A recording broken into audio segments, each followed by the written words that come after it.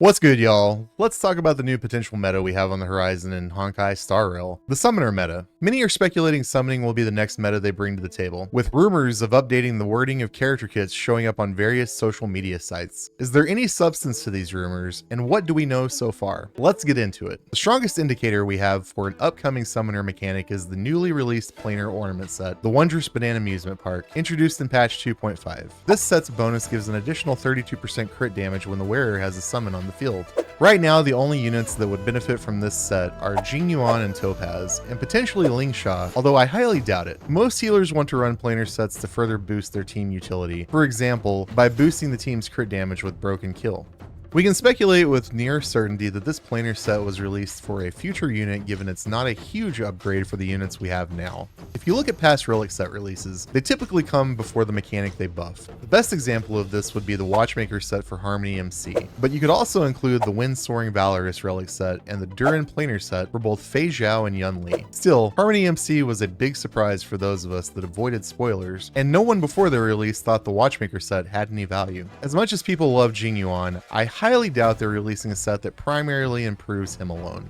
You'll never want to use Wondrous with Topaz under any circumstances either, and Lingsha would only want it if her healing scales off of crit damage, which I would be absolutely shocked if it does. Therefore, we can only surmise that this set was created for a future unit Huoyo has yet to reveal. We can also make an educated guess that Lingsha will be a sustained unit for this potential summoner team, so if you want to future-proof your roster, pulling Lingsha probably isn't a bad idea. I'm basing this speculation off the fact that she herself has a summon, which could potentially impact other summoners mechanically. It's not a guarantee she'll be part of the team though. If you want to get an idea of what this team could look like, I guess it would be like the follow-up attack teams, except buffs would go to summons instead of follow-ups. There's sort of a precedent for this with Topaz. What I'd expect from an early design would be a unit like Topaz, but with all of her abilities buffing Numbi instead, or even Numbi and Lightning Lord. Where it could get complicated is if Huoyo decides to allow enemies to interact with the summons themselves, meaning they could do damage to them or debuff them. It's probably smarter from a design perspective if they treat summons more like stands from JoJo, and have enemies still just attack the person controlling them. It's less messy, but it also makes enemy interactions more limited.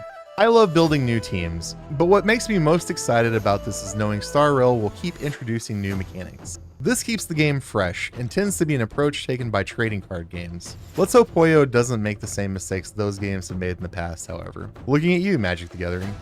The reason I like this method of introducing new characters and team comps is it has the potential to make older, less desired units valuable again, and it doesn't invalidate current strategies used in the game. Huoyo also can tailor encounters towards different mechanics and rotate them to make the content less stale. Right now, all they've really done is create new in-game modes with Pure Fiction and Apocalyptic Shadow. However, they could eventually take the approach where a follow-up team is better for Memory of Chaos this time, but next MOC is designed for dot or half dot and half hypercarry. There's always going to be two sides to Memory of Chaos, so they have plenty of options available to them. What I'd like to see them avoid is what we saw with Genshin when Dendro was released. If you wanted to clear any content easily, you just build a team with Dendro reaction. This was the case for many patches, and it is still a viable strategy to this day. Regardless, if you want to get ahead of what Huoyo may be planning, I'd suggest pulling Lingsha as a starting point and waiting to decide on pulling Rappa till we at least see the drip marketing for the 2.7 characters first. I think Rappa will mainly just be another Pure Fiction unit, so while she is cool, she could potentially be a safe skip. We may not see a good summon unit until 3.0 and beyond, but that's kind of the risk you take if you're attempting to get ahead of the meta. At bare minimum, pulling Lingsha is not as risky as, say, pulling a main DPS, because Lingsha could be used across multiple teams as your support, whereas typically a main DPS only has a team built around them. As always, make sure to do your own due diligence and do what you think is right for your account. Thank you so much for watching. Seeing the channel grow like it has is a humbling experience. I'm really glad you guys are enjoying what I make. Let me know what you think about the potential for a summoner meta in the comments. As always, don't forget to like and subscribe, yada yada, you know, all the YouTube stuff, and I will see you all in the next one. Peace.